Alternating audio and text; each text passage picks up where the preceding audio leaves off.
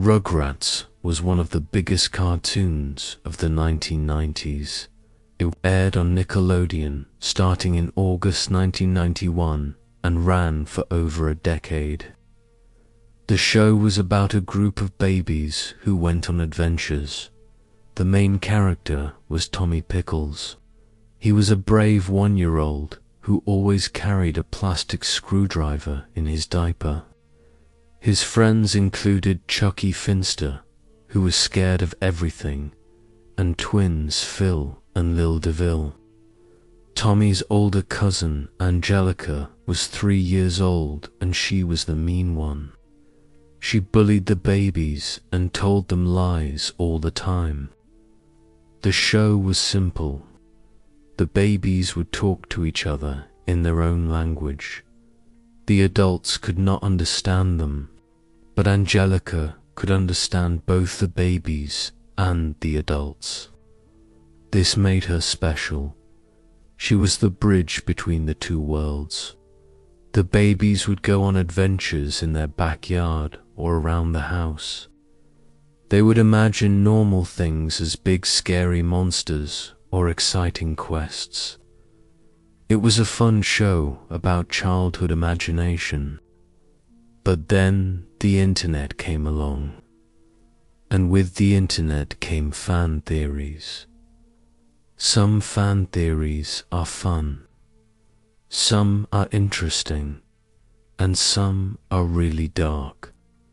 The Rugrats theory is one of the darkest fan theories ever made. It says that everything we saw on the show was not real. It says that all the babies, except one, were dead. It says that Angelica made them all up in her head because she had a mental illness called schizophrenia. This theory started as a creepypasta. A creepypasta is a scary story that gets shared around the internet. It first appeared around 2011 on websites where people share scary stories. The theory spread fast. It went viral. Millions of people read it. Many people said it ruined their childhood. The theory was so popular that the show's creator, Arlene Klasky, had to talk about it in interviews. She said the theory was not true. Today, we are going to look at this theory in full detail. We will explain what the theory says. We will look at the evidence people use to support it. We will look at the evidence against it. We will talk about what schizophrenia actually is. And we will see why this theory became so popular, even though it is completely false. The Rugrats theory says that all the babies in the show are figments of Angelica's imagination. They are not real. Angelica created them in her mind because she is mentally ill. The theory says she has schizophrenia. This is a serious mental illness that can make people see and hear things that are not there. According to the theory, here is what really happened to each character. Tommy Pickles was a stillborn baby. This means he died before he was born, or right when he was born. He never got to live. The theory says this is why Tommy's dad, Stu, is always in the basement making toys. Stu is making toys for a son who never got to play with them. He is stuck in grief. He cannot accept that his son is gone. So he keeps making toys over and over again. This is his way of coping with the loss. Chuckie Finster died along with his mother. The theory says they both died in a car crash. Some versions say they died during childbirth. Either way, both Chuckie and his mum are gone. This is why Chuckie's dad, Chaz, is such a nervous wreck. He lost his wife and his son at the same time. The trauma broke him. He is anxious and worried all the time because of what happened. When Angelica heard about this, she created Chuckie in her mind. She made Chuckie a scared kid because that is how she imagined the son of such a nervous dad would be. Phil and Lil DeVille were never born at all. The theory says their mother Betty had an abortion. She was pregnant, but she ended the pregnancy. When Angelica heard about this, she did not understand what abortion meant. She was too young. All she knew was that Betty was supposed to have a baby, but the baby never came. She did not know if the baby was going to be a boy or a girl. So in her mind, she created both. She made twins, one boy and one girl. This is why Phil and Lil look so similar and dress alike. The theory also explains Angelica's behavior. It says her parents neglected her. Her mother Charlotte was always busy with work. She barely paid attention to Angelica. Her father Drew was also distant. Angelica was lonely. She had no friends, so her mind created imaginary friends for her. These imaginary friends were the babies. The theory goes even further. It talks about Angelica's doll, Cynthia. In the show, Cynthia is a beat-up Barbie-style doll with messy orange hair. The theory says Cynthia represents Angelica's dead mother. According to some versions of the theory, Angelica's real mother died of a drug overdose when Angelica was a baby. Charlotte is actually her stepmother. Angelica created Cynthia to remember her real mother. The messy hair and worn-out look of the doll show how Angelica remembers her mother at the end of her life. The theory also explains Susie Carmichael. Susie is Angelica's neighbor. She can also talk to the babies. The theory says Susie is Angelica's only real friend. Susie plays along with Angelica's delusions because she feels bad for her. She pretends the babies are real to make Angelica happy. She does not want to take away her only coping mechanism. The theory does not stop with the original Rugrats show. It also tries to explain the spin-off series All Grown Up. This show aired from 2003 to 2008. It showed the Rugrats characters as pre-teens. They were about 10 years older than in the original show. The theory has a dark explanation for this too. According to the theory, teenage Angelica became addicted to drugs. She used things like LSD and other substances. These drugs made her hallucinations worse. Her schizophrenia got more severe. The drugs brought her imaginary friends back. But because time had passed, she imagined them as older too. This is why All Grown Up shows older versions of the characters. It is not that the characters actually grew up. It is that Angelica imagined them older. The theory also explains Dill Pickles. Dill is Tommy's younger brother. He was introduced in the Rugrats movie in 1998. The theory says Dill was the only real baby. He was not a figment of Angelica's imagination. He was actually born to Stu and Dee Dee after Tommy was stillborn. This was their second chance at having a child. But here is where the theory gets even darker. It says Angelica could not tell the difference between Dill and her imaginary friends. She thought Dill was also not real. So when Dill cried and would not stop, Angelica got angry. Her other imaginary friends would disappear when she got mad at them. But Dill did not disappear. He kept crying, so Angelica hit him. She hit a real baby, thinking he was imaginary. The theory says this caused brain damage to Dill. This is why in All Grown Up, Dill is shown as weird and eccentric. He talks to aliens. He does strange things. According to the theory, this is not just a quirky personality.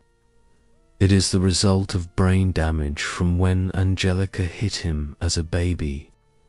The guilt from this is what drove Angelica to drug use. The theory ends with Angelica's death. It says she died of a drug overdose as a teenager. She spent her last days alone. She was in the back of a school cafeteria.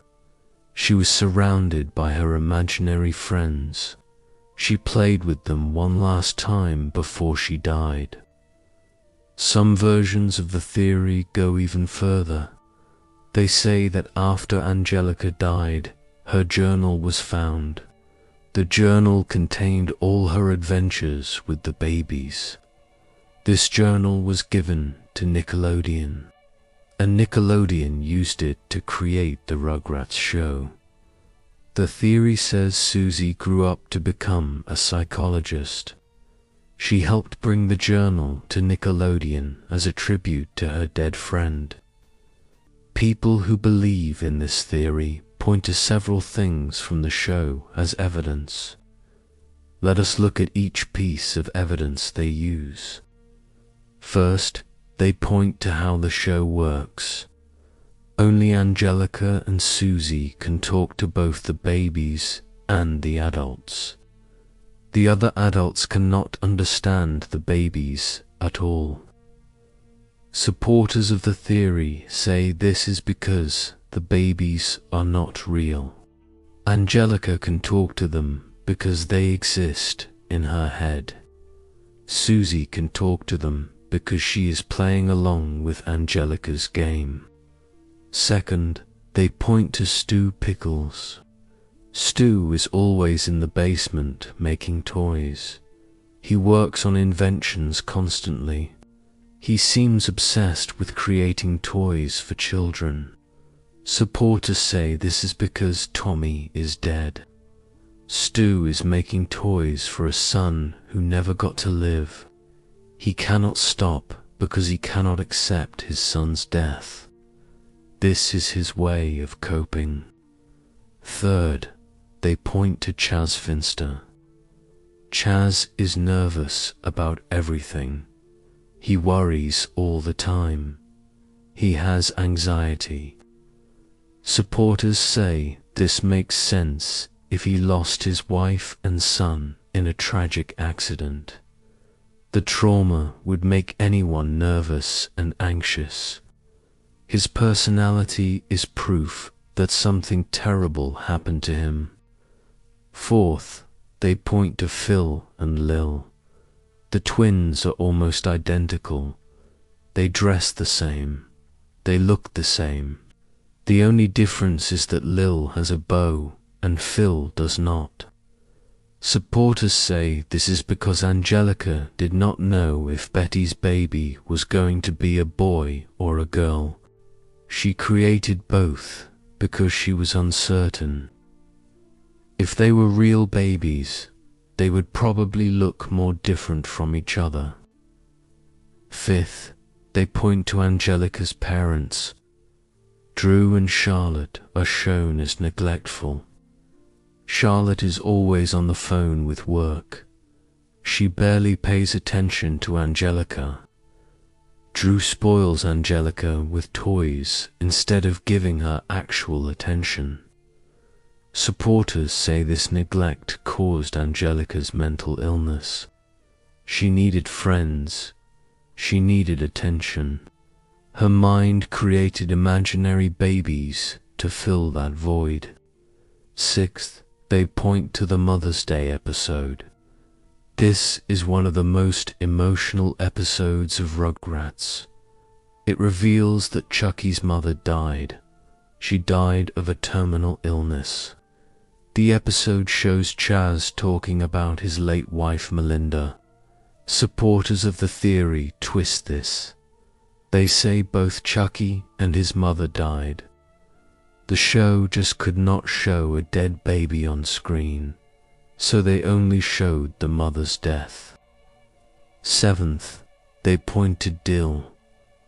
Dill is different from the other babies. He cannot talk to them.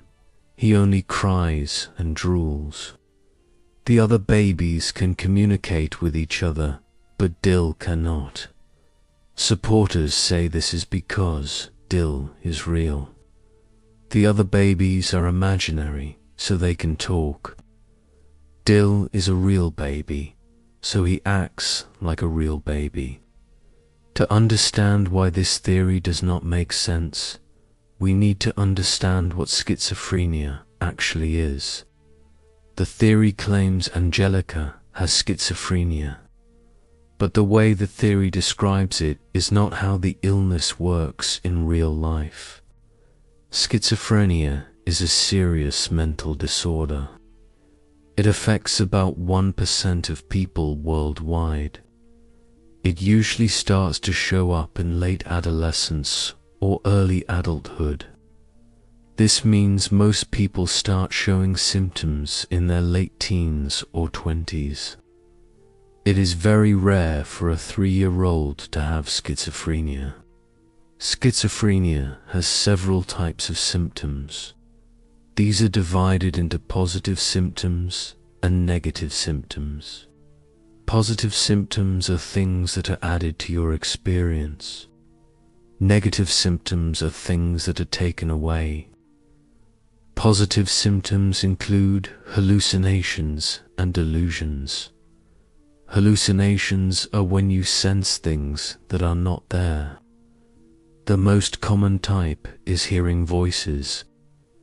About 80% of people with schizophrenia hear voices at some point.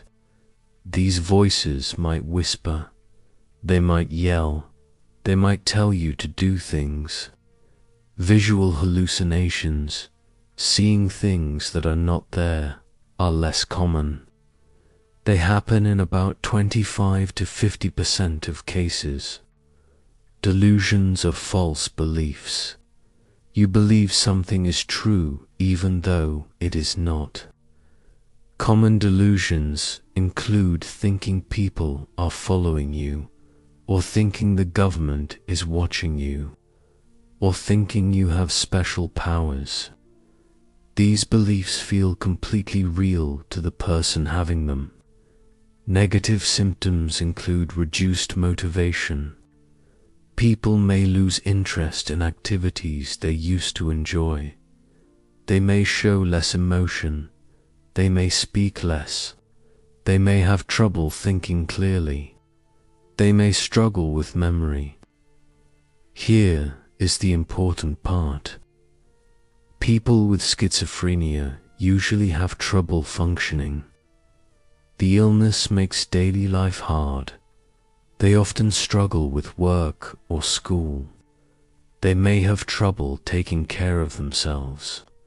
The symptoms are distressing and confusing. The theory portrays Angelica as having complete control over her hallucinations. She can make them appear and disappear at will. She can have full conversations with them. She can go on adventures with them. This is not how schizophrenia works. Real hallucinations are not controllable. They are disturbing. They interfere with daily life. They do not act like fun, imaginary friends that a child can play with. Also, a 3-year-old would not be able to understand concepts like stillbirth or abortion. The theory says Angelica learned about these things by overhearing adult conversations. But even if she heard these words, she would not understand what they meant. She would not be able to create detailed imaginary people based on complex adult concepts. The theory also misuses the term bipolar schizophrenia. Some versions say Angelica has bipolar schizophrenia. This is not a real diagnosis. Bipolar disorder and schizophrenia are two different conditions. There is something called schizoaffective disorder, which has elements of both. But the way the theory uses these terms shows the author did not actually understand mental illness. There is a lot of evidence that proves this theory is wrong. Let us go through each piece of evidence. First, and most importantly, the adults can see and interact with the babies. Throughout the show, the adults pick up the babies, they feed the babies, they change their diapers, they talk to them, they take them places. If the babies were hallucinations in Angelica's mind, the adults would not be able to do these things. There are many episodes where Angelica is not even present. The babies go on adventures without her. The adults interact with the babies without Angelica being anywhere nearby. If the babies only existed in Angelica's imagination, they would disappear when she was not around. But they do not. They keep existing even when Angelica is not there. Other children besides Susie can see and interact with the babies. There is a character named Josh who appears in some episodes. There is Timmy McNulty. There are other kids at daycare. These children can all see and play with the babies. If the babies were Angelica's hallucinations, these other kids would not be able to see them. Tommy's dog Spike interacts with the babies. Spike plays with them. Spike protects them. Spike responds to them. A dog cannot interact with hallucinations. If the babies were not real, Spike would not be able to see them or play with them. The theory says Tommy was stillborn. But the show has an episode called Tommy's First Birthday. This was the very first episode of the series. It shows Tommy's first birthday party. All the adults are there celebrating. If Tommy was stillborn, there would be no birthday party. You do not throw a birthday party for a baby who was never born. The theory says Chuckie died with his mother, but the actual show tells us exactly what happened. In the Mother's Day episode, we learn that Chuckie's mother Melinda died of a terminal illness when Chuckie was very young. She died, Chuckie did not. He survived. He was raised by his father Chaz alone. The show is very clear about this. The theory says Phil and Lil were aborted, but abortion happens early in pregnancy. Betty would not have been visibly pregnant. She would not have been showing. There would be nothing for young Angelica to see or overhear. Also, parents do not typically discuss abortions around 3-year-old children. The theory says Stu makes toys because Tommy died. But the show explains why Stu makes toys. He is an inventor. He has always been an inventor. He makes toys because Tommy is alive and he wants his son to have fun toys to play with. This is stated clearly in multiple episodes. The theory says Charlotte is Angelica's stepmother, but multiple episodes show that Charlotte is Angelica's biological mother, There are flashbacks to Angelica's birth. There are references to Charlotte's pregnancy. The show never hints at Charlotte being a stepmother. The theory says Susie grows up to create the Rugrats show as a tribute to Angelica.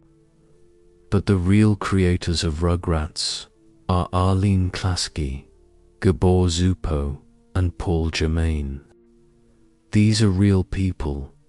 They created the show based on their own children.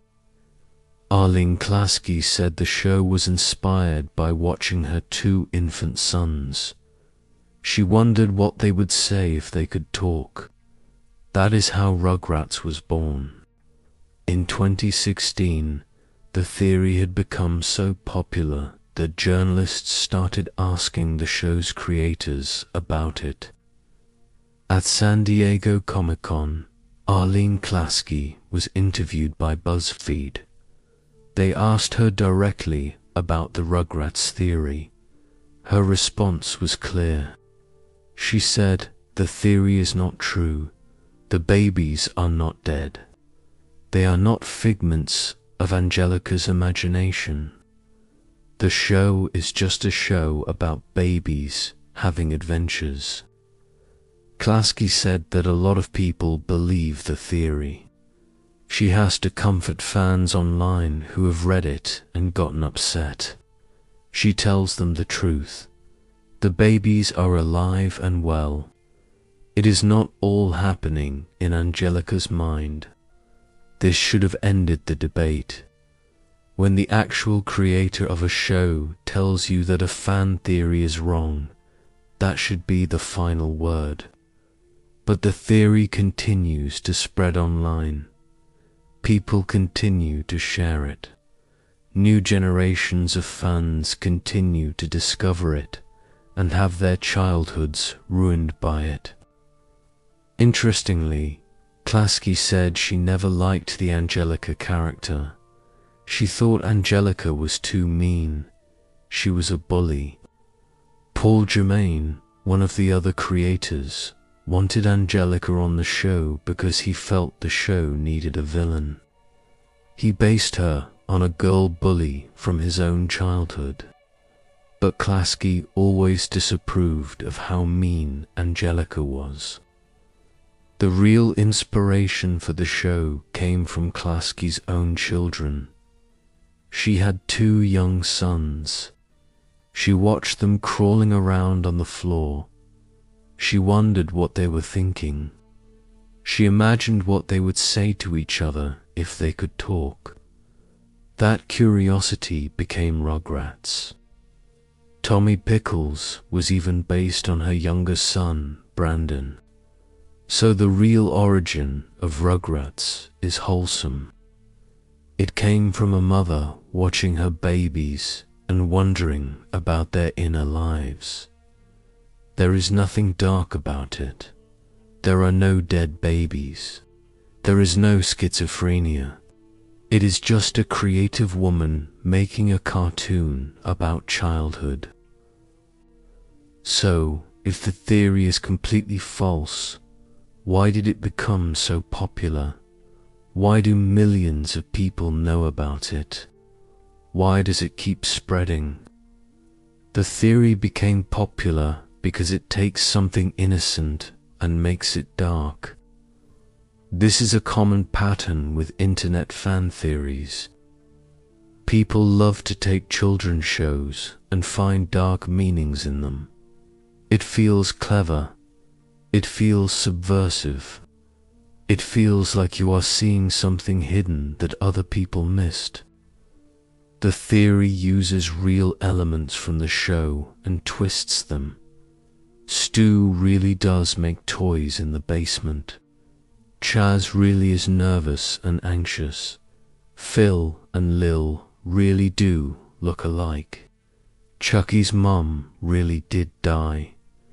These are all true things from the show. The theory takes these true things and gives them dark explanations. This makes the theory feel believable even though it is not.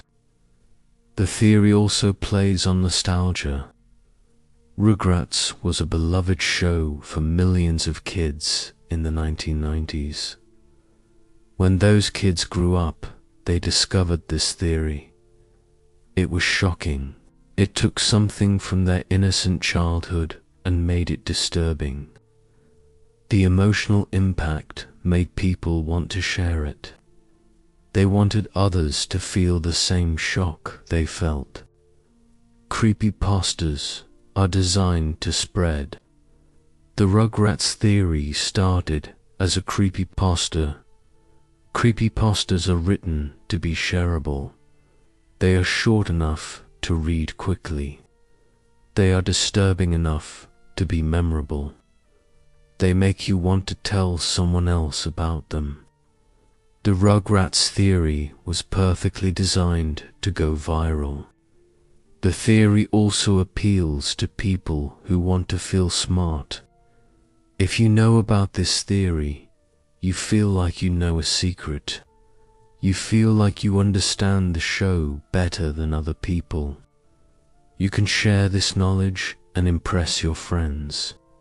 Even though the theory is wrong, knowing about it makes you feel like an insider. There is also something appealing about the idea that nothing is as innocent as it seems. We live in a cynical world. People often assume the worst.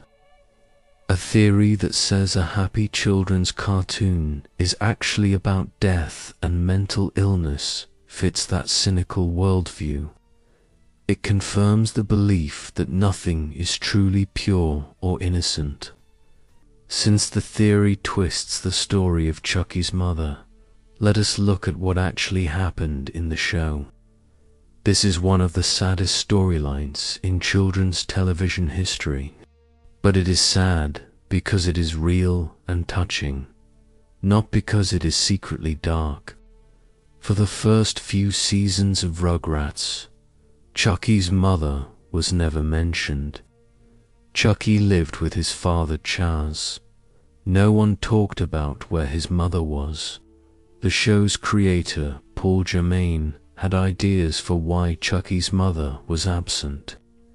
He suggested she might be divorced from Chaz, or she might have died. But Nickelodeon rejected these ideas. They thought they were too dark for a children's show. Germain left the show in 1993. New writers came on board. Eventually, Nickelodeon decided to address the question of Chuckie's mother.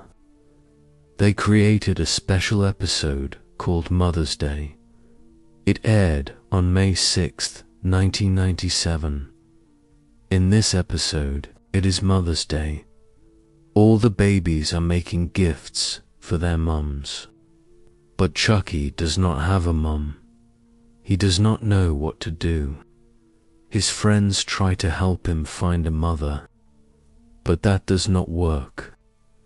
Meanwhile, Chaz gives Dee Dee a box of belongings. He asks her to hide it. The box contains things that belonged to Chuckie's mother. Chaz is not ready to talk to Chuckie about her. He is still dealing with his own grief. The babies find the box. Inside is a picture of a woman. Chuckie recognizes her. He has seen her in his dreams. He dreams of playing with her outside. He did not know who she was. Now he knows. This is his mother. At the end of the episode, Chaz finally talks to Chuckie about Melinda. That was her name, Melinda Finster. She died of a terminal illness when Chuckie was very young. She knew she was dying, so she wrote Chuckie a poem. This poem would tell him where he could always find her. The poem is one of the most emotional moments in the entire series. It goes like this. My sweet little Chuckie, though I must leave you behind me. This poem will tell you where you always can find me. When a gentle wind blows, that is my hand on your face. And when the tree gives you shade, that is my sheltering embrace. When the sun gives you freckles, that is me tickling my boy. When the rain weights your hair, those are my tears of joy. When the long grass enfolds you, that is me holding you tight. When the whippoorwill sings, that is me whispering night night. The voice actor who played Chas had to record his lines twice. The first time, everyone in the recording booth cried. Kim Cattrall, who was famous for Sex and the City, voiced Melinda in the flashback scenes. The episode was nominated for a Primetime Emmy Award. It lost to The Simpsons, but it won the Cable ACI Award for writing a children's special or series. Many critics praised how the show handled such a difficult topic. They said it was honest, but not too heavy for young viewers. In 2000, the movie Rugrats in Paris continued this story. Chuckie desperately wanted a mother. The movie shows him watching other children dance with their mothers. He is left on the sidelines. Eventually, Chas falls in love with a woman named Kira. She has a daughter named Kimi. They get married. Chuckie finally gets a mother and a sister. This is a beautiful story about loss and healing. Chuckie lost his mother, but he found a new family. His father found love again. The show handled grief in a way that was appropriate for children. It showed that losing someone you love is sad, but it also showed that life can get better. The Rugrats theory takes this beautiful story and twists it. It says Chuckie died with his mother. This erases all the thoughtful work the writers did. It ignores the actual message of the show. It replaces a story about healing with a story about death and delusion. The theory makes a big deal about Stu being in the basement making toys. It says this is because Tommy is dead and Stu is coping with grief. But the actual show has a much simpler explanation. Stu is a toy inventor. That is his job. He works from home.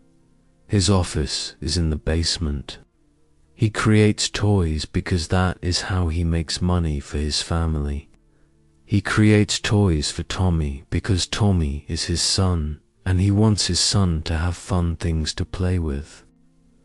The show tells us Stu was inspired to become a toy inventor because of Tommy.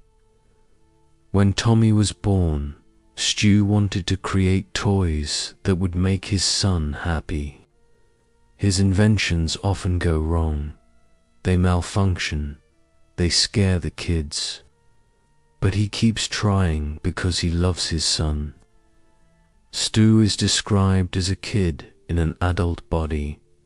He loves playing. He loves creating things. He is fun and silly. His brother Drew often scolds him for not getting a real job. But Stu does not care. He wants to make toys. When the show started, Stu was only 33 years old. Fans were shocked when they learned this. They thought he was much older. He looked tired and worn out. People joked that having Tommy as a son stressed him out. But that is just the art style of the show. All the adults looked older than they were. The theory ignores all of this. It takes the simple fact that Stu makes toys and turns it into something sinister. But there is nothing sinister about a father wanting to make his son happy. That is just what parents do. Fan theories can be fun. They can make us look at stories in new ways. They can add depth to our favorite shows and movies. But there is a problem with theories like the Rugrats theory. First, they spread misinformation about mental illness. The Rugrats theory portrays schizophrenia in a completely inaccurate way. It suggests that schizophrenia makes you create detailed imaginary friends you can play with. It suggests a 3-year-old can have schizophrenia. It conflates schizophrenia with bipolar disorder. None of this is accurate. Real schizophrenia is a serious illness that causes real suffering. People with schizophrenia deserve accurate representation. They deserve to be understood correctly. Theories like this spread harmful stereotypes and misconceptions. Second, dark fan theories can ruin people's enjoyment of things they loved. Many people have said this theory ruined their childhood. They can no longer watch Rugrats without thinking about dead babies. A show that brought them joy now brings them discomfort. This is a loss. Third, these theories disrespect the work of the creators. Arlene Klasky, Gabor Zupo, and Paul Germain worked hard to create Rugrats. They put thought and care into every episode. They dealt with real issues like loss and grief in thoughtful ways. The theory dismisses all their work. It replaces their story with a made-up horror story. Fourth, dark fan theories encourage cynicism. They teach people to look for the worst in everything. They suggest that nothing innocent can be truly innocent. There must always be something dark underneath. This is not a healthy way to view the world. It is fine to analyze media. It is fine to look for hidden meanings. But there is a difference between thoughtful analysis and making things up. The Rugrats theory is not analysis. It is fiction presented as analysis. It ignores evidence that contradicts it. It misrepresents mental illness. It contradicts what the actual creators have said. The Rugrats theory is not the only dark fan theory about children's shows. There are many others. Understanding this pattern can help us see why these theories are not credible. There is a theory that the kids in Ed, Et and Eddie are all dead. They supposedly live in purgatory. There is a theory that Ash from Pokemon is in a coma. Everything after the first episode is a dream. There is a theory that SpongeBob SquarePants characters are results of nuclear testing. There is a theory that the Smurfs represent different scenes or political ideologies. All of these theories follow the same pattern. They take innocent children's shows and add dark explanations. They use small details from the shows as evidence. They ignore the obvious evidence against them. They spread through the internet and ruin people's childhoods. None of these theories are true. The creators of these shows have denied them. The evidence against them is overwhelming. But they persist because people enjoy sharing them. They give people a feeling of knowing something secret. They make people feel clever for figuring out hidden meanings. The Rugrats theory might be the most famous of these theories. It is certainly one of the darkest. but it is just as false as all the others. It is creative writing pretending to be analysis. It is a horror story wearing the mask of a fan theory. The Rugrats schizophrenia theory is one of the darkest fan theories ever made. It says that all the babies in Rugrats are dead. It says they are figments of Angelica's imagination. It says Angelica has schizophrenia. It says Tommy was stillborn. It says Chuckie died with his mother. It says Phil and Lil were aborted. None of this is true. The theory started as a creepypasta around 2011. It was written to be scary and shareable. It was not written to be accurate. It ignores the evidence from the actual show. It misrepresents mental illness. It contradicts what the creators have said. In 2016, Arlene Klasky directly said the theory is false. The babies are real. They are not dead. Angelica does not have schizophrenia. The show is exactly what it appears to be. It is a cartoon about babies having adventures. The theory became popular because it is shocking. It takes something innocent and makes it dark. It makes people feel clever for knowing a secret. It spreads easily because it is disturbing and memorable. But being popular does not make something true. The Rugrats theory is fiction. It is a made-up horror story. It should not be taken as actual analysis of the show. Rugrats was a wonderful show. It entertained millions of children. It dealt with real issues like loss and family in thoughtful ways. It gave us memorable characters and funny stories. We should not let a fake internet theory ruin that. The next time you see someone sharing this theory, you can tell them the truth. The babies are real. The show is innocent. And Arlene Klasky herself said so. Thank you for reading this far. I know this was a long one. Do not forget to comment below where you are from and what time it is. I always love seeing all the different places my viewers come from. See you in the next one.